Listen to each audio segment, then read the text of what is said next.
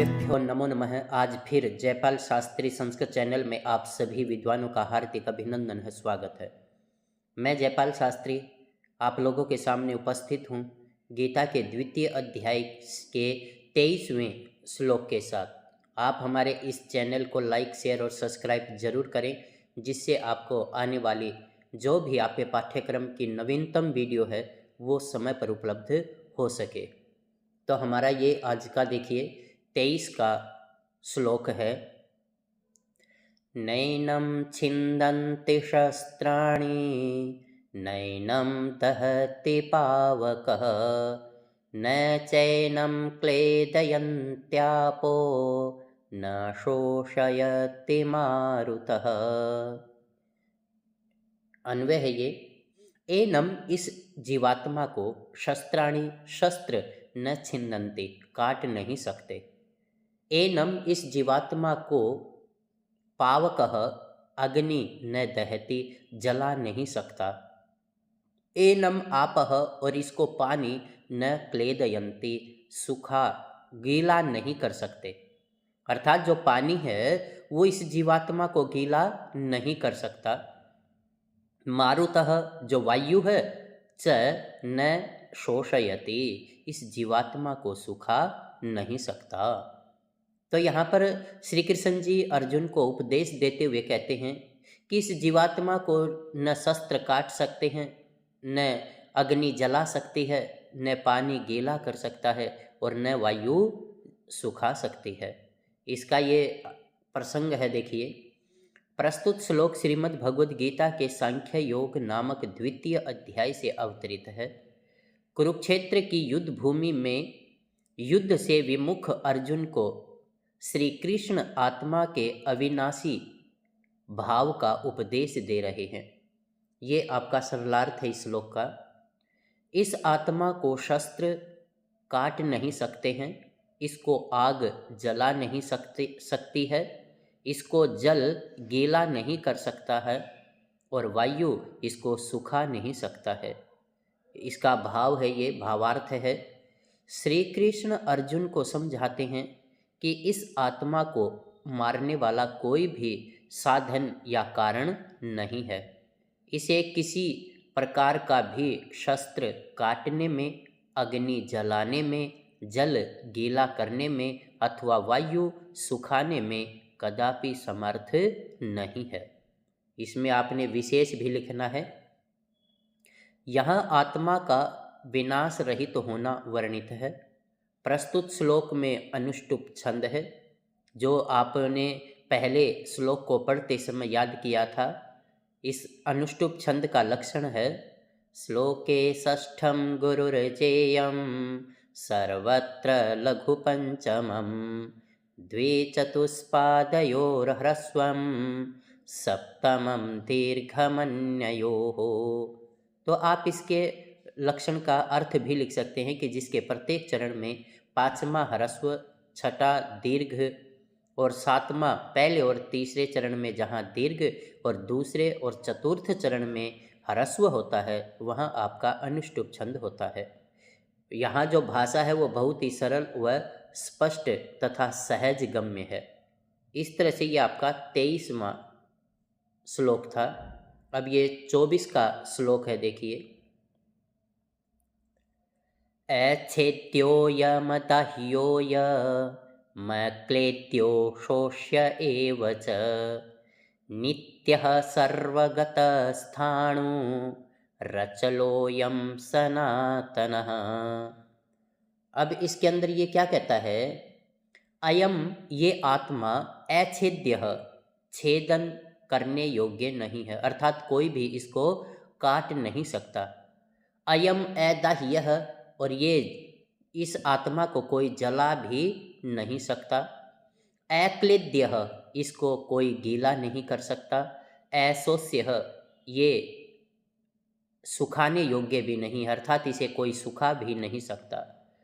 अयम एव नित्यः ये ही नित्य, सर्वगतः सभी में विद्यमान, अचलः एक स्थान पर ही स्थिर, अर्थात जो चलायमान नहीं है, स्थाणु और एक ही जगह पर जो विद्यमान रहती है, सनातन है, और ये सनातन है, पुरातन है। ये आत्मा से प्राचीन कुछ भी नहीं है।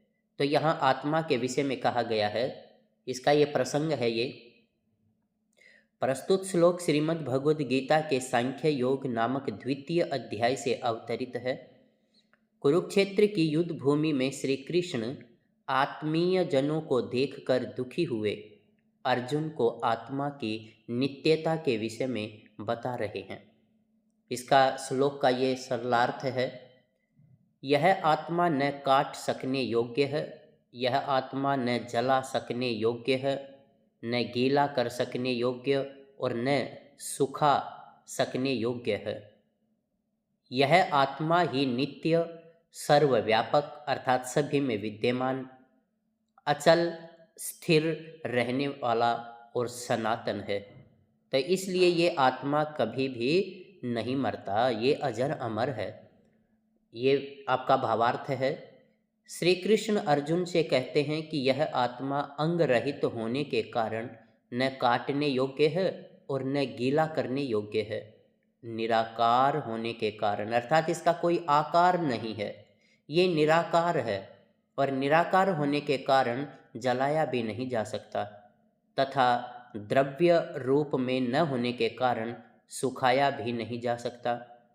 यह तो सदा रहने वाला, स्थिर स्वभाव वाला, पहले स्वरूप को त्याग न करने वाला और अनादि है, हमेशा विद्यमान रहने वाला है। इसमें विशेष कहा गया है, आत्मा की अजरता एवं अमरता का सुंदर चित्रण है।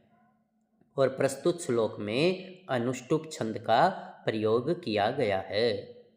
और अनुष्टुप छंद का लक्षण आप बार बार सुन रहे हैं, तो इसे याद कर लें और अपनी ये जो परीक्षा होने वाली है उस परीक्षा में ज़रूर लिख दें। इससे आपको अच्छे अंकों की प्राप्ति होगी। ये आपका 25 का श्लोक है, देखिए।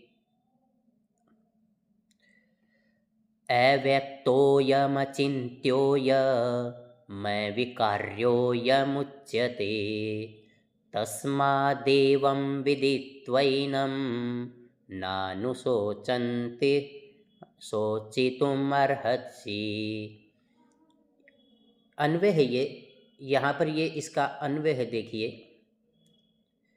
ये श्लोक है, इसके अन्वय में कहा कि अयम आत्मा, ये जो आत्मा है, अव्यक्त है, व्यक्त नहीं है, अर्थात किसी के सामने इसे प्रकट नहीं किया जा सकता। अयम अचिंत्य है, और इसके विषय में कोई चिंतन भी नहीं कर सकता, अर्थात सोच, हमारा जो चिंतन है, हमारा जो विचार है, उससे परे है। अयम अविकार्य है उच्यते, और इसमें कभी भी कोई विकार उत्पन्न नहीं होता, ये विकार से रहित है।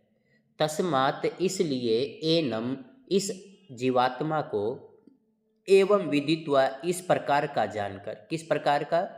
अव्यक्त, अचिंत्य और अविकार्य, ऐसा जानकर, विदित्वा, जानकर, विदित्वा में कत्वा प्रत्यय है, अनुशोचितुम न अर्हसि, तुम इसके विषय में शोक करने के योग्य नहीं हो। कहते हैं कि ये जो आत्मा है, ये अव्यक्त है, अचिंत्य है, अविकार्य, अर्थात इसमें कभी विकार पैदा नहीं होता। ऐसा मानकर तुम इसके विषय में दुख मनाने योग्य नहीं हो। ये इसका प्रसंग है।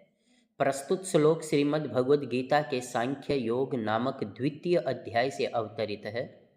कुरुक्षेत्र की युद्ध स्थली पर श्री कृष्ण आत्मा के विशेष गुणों का वर्णन करते हुए अर्जुन से शोक न करने के लिए कहते हैं। ये सरलार्थ है इसका यहाँ पर। हे अर्जुन, यह आत्मा अव्यक्त, यह आत्मा अचिंत्य, यह आत्मा विकार रहित कहा जाता है। इस कारण से इस आत्मा को ऐसा जानकर तू शोक करने के योग्य नहीं है। तो यहाँ पर श्री कृष्ण जी अर्जुन को आत्मा के जो विशेष गुण हैं उनके विषय में यहाँ बता रहे हैं। इसकी ये आपके देखिए व्याख्या है। ये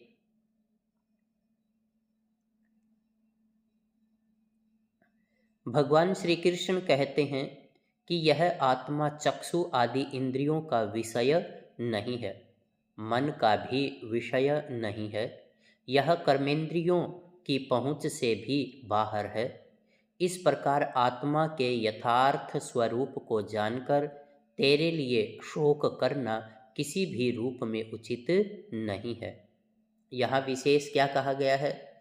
यहाँ भगवान श्री कृष्ण ने आत्मा के स्वरूप का उपसंहार किया है, अर्थात आत्मा का जो स्वरूप है, उपसंहार का मतलब कोई समाप्ति नहीं बल्कि उसके रूप को संवारा है, अर्थात उसका जो दिव्य स्वरूप है उसके विषय में बतलाया है। और यहाँ अनुष्टुप छंद का प्रयोग हुआ है। तो इस तरह से आपका ये 25वां श्लोक था।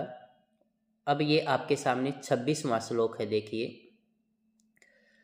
अथ चैनं नित्यजातं नित्यं वा मन्यसे मृतं तथापि त्वं महाबाहो नैवं शोचेतुमर्हसि। अथ इसके पश्चात, जब इसके पश्चात मतलब ऊपर जो श्री कृष्ण जी ने अर्जुन को जो आत्मा का स्वरूप बतलाया है उसके पश्चात कि भाई मैंने तेरे को इतना ये जो सब कुछ बताया है, अब भी तेरे को यदि समझ में नहीं आया तो और सुन मेरे से।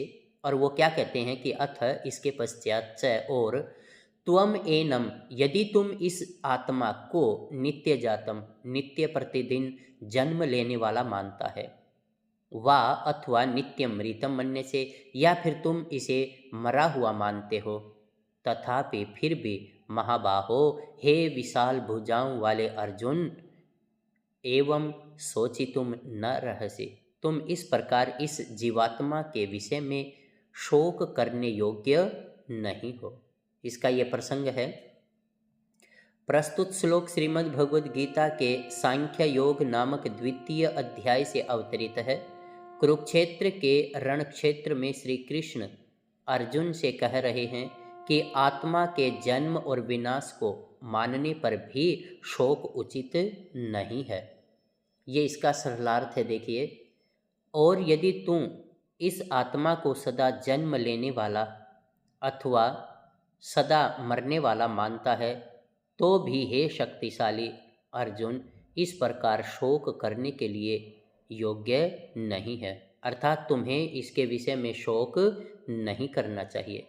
इसकी ये भावार्थ है। ये श्री कृष्ण कहते हैं कि हे अर्जुन, यदि तू शरीर के जन्म से आत्मा को जन्मा हुआ मानता है और शरीर के मरने से आत्मा को मरा हुआ मानता है तो भी तुम्हें शोक नहीं करना चाहिए। तो यहाँ श्री कृष्ण जी को, जो श्री कृष्ण जी हैं, वो अर्जुन को इस प्रकार समझा रही हैं कि भाई तुम्हें इसके विषय में शोक नहीं करना चाहिए। तो यहाँ ये विशेष क्या बताया इसने? यहाँ से श्री कृष्ण ने अर्जुन को आत्मा का जन्म मरण मानकर भी शोक न करने का उपदेश देना प्रारंभ किया है। अर्जुन के लिए महाबाहु शब्द का प्रयोग हुआ है, जिसका अर्थ है बड़ी बड़ी भुजाओं वाला, अर्थात शक्तिशाली। प्रस्तुत श्लोक में अनुष्टुप छंद का प्रयोग किया गया है। और आपने अनुष्टुप छंद का जो लक्षण है वो कंठस्थ याद हो ही गया है, इसलिए आप इसको अपनी परीक्षा में ज़रूर लिख दें। इससे आपको अच्छे अंक प्राप्त होंगे। इन्हीं शब्दों के साथ आप सभी का बहुत बहुत धन्यवाद। जय तु संस्कृतम, जय तु भारतम।